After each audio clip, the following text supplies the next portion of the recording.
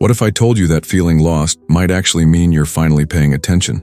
Not to the noise outside, not to the pressure to be someone or to get somewhere fast, but to something deeper, something quieter, the whisper beneath, the chaos, that uncomfortable silence inside you that you've tried to fill with distractions, achievements, people.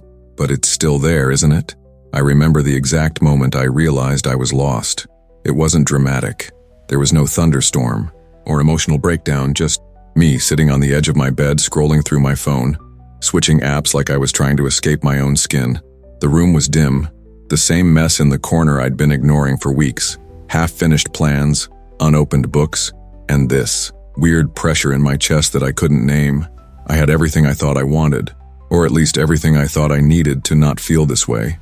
But there it was, a quiet, gnawing emptiness, not sadness, not boredom, something else, like floating in the middle of the ocean, surrounded by nothing but horizon and no idea which way to swim. And for a while, I kept swimming, kept doing things that looked right, saying yes to things that didn't feel like me, smiling in pictures where I felt hollow, convincing myself that if I just stayed busy enough, I wouldn't have to feel this void. But here's the truth. No, one tells you, you can't outrun yourself.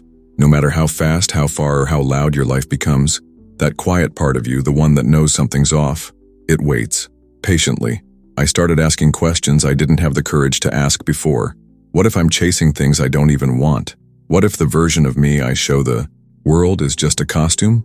What if I don't know who I am without the noise? And at first those questions hurt. They felt like failure, like weakness, like I was falling behind while everyone else figured it out. But slowly they became a kind of compass, because in admitting I was lost, I gave myself permission to stop pretending I wasn't. I began paying attention, not to what looked good, but to what felt true. Little things. The way I felt when I spent time alone without music or messages. The people I didn't miss when I stopped reaching out. The hobbies I dropped, not because I was lazy, but because they were never mine to begin with. I stopped trying to be impressive. I started trying to be honest. And that changed everything, because here's the thing. Feeling lost isn't the problem. For most of us, it's the beginning of waking up. When you're lost, you start to see the map you've been following. And sometimes it's not even yours. It's your parents', your culture's, your past selves. But it takes courage to stop. To admit that maybe, just maybe, you're not who you thought you'd be by now. And that's not failure.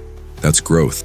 The day I finally said it out loud, I don't know who I am anymore, was the day I started to figure it out.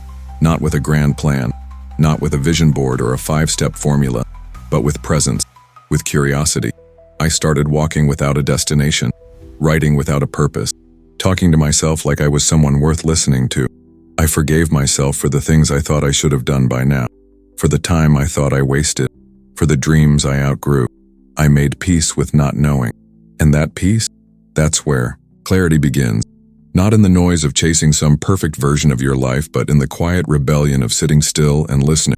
You're not behind. You're not broken. You're becoming. And becoming is messy, confusing, lonely sometimes. But it's also real. It's human. The truth is, nobody really has it all figured out. Most people are just better at pretending. So if you feel lost, right now, don't rush to fix it. Don't fill the silence too quickly. Let it teach you. Let it point you toward the parts of yourself you've abandoned. This feeling, this uncertainty, it's not your enemy. It's the beginning of your return to what matters, to what's honest, to what's yours. Because maybe you're not lost. Maybe you're just shedding who you're not. And what comes after, that's where life begins. You don't need to have all the answers. You just need to stop lying to yourself. That's enough for now. And maybe, just maybe, that's the most honest place to start.